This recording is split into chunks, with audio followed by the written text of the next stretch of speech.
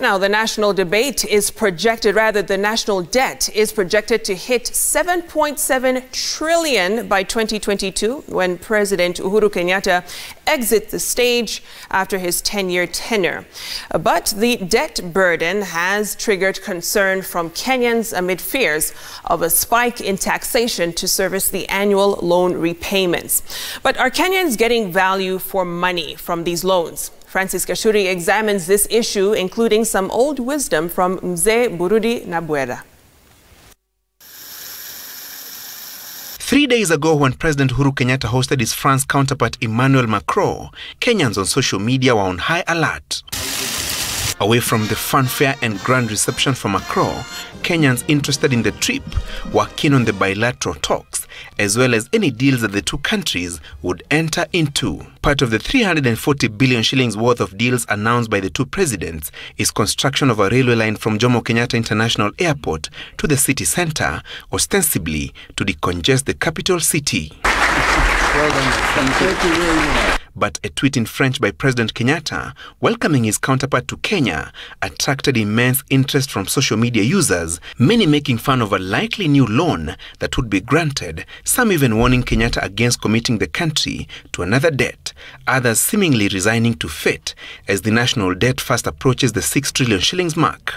We have all these investigations going on about possibly those loans having been misused or some money having been diverted. So Kenyans are naturally, and I think rightly so, cynical about anything that involves government saying we are getting more money to put into certain investments. Statistics indicate that Kenya's national debt has hit the 5.6 trillion shillings mark and keeps rising. A budget review and outlook paper from the National Treasury last year projecting that the national debt would rise to 7.7 trillion shillings by 2022, up from 1.89 trillion shillings that Kenyatta inherited from his predecessor Mwai Kibaki. 92-year-old Mzee Burudi Nabwera, a former cabinet minister, sounding a word of caution.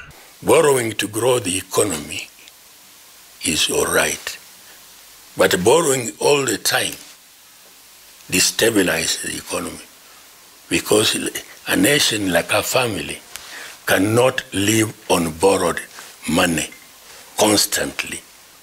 There's got to be a time when you say this.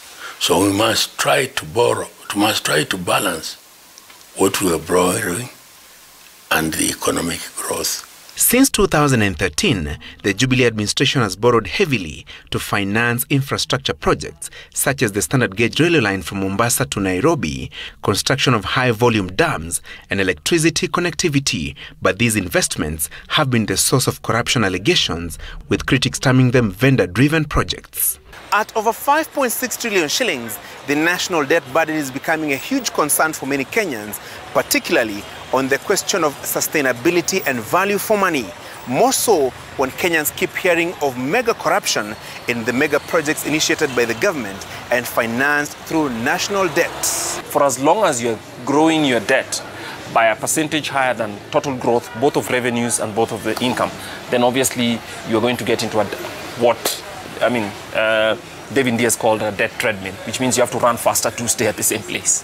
Kenyatta, however, in an interview with CNN last year, defended Kenya's foreign debt, terming it a healthy mix from multilateral lenders to bilateral lenders like Japan, China and France, who are working with Kenya to help her achieve her objectives, even likening the infrastructure projects to a sowed seed whose harvest will be a faster economic growth that will turn Kenya into a manufacturing powerhouse in the region and beyond. But are Kenyans getting value for money?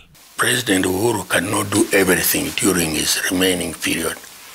Let him pick one or two things that he can accomplish during this period, and meanwhile leave the rest for the future. But stabilize the country by controlling what we borrow and making sure that corruption is fought ruthlessly. Kenya is spending close to 900 billion shillings on debt repayments in the 2018-2019 financial year, and the figure is set to hit the 1 trillion shillings mark in the financial year 2019-2020, against an annual revenue of 1.6 trillion shillings. Most of that debt is owed to foreigners, which means we are going to have to pay for it in foreign currency. So if the Kenya shilling should, for some reason, start to depreciate, it means that every time it depreciates, our debt burden goes higher. Francis Gashuri, Citizen TV.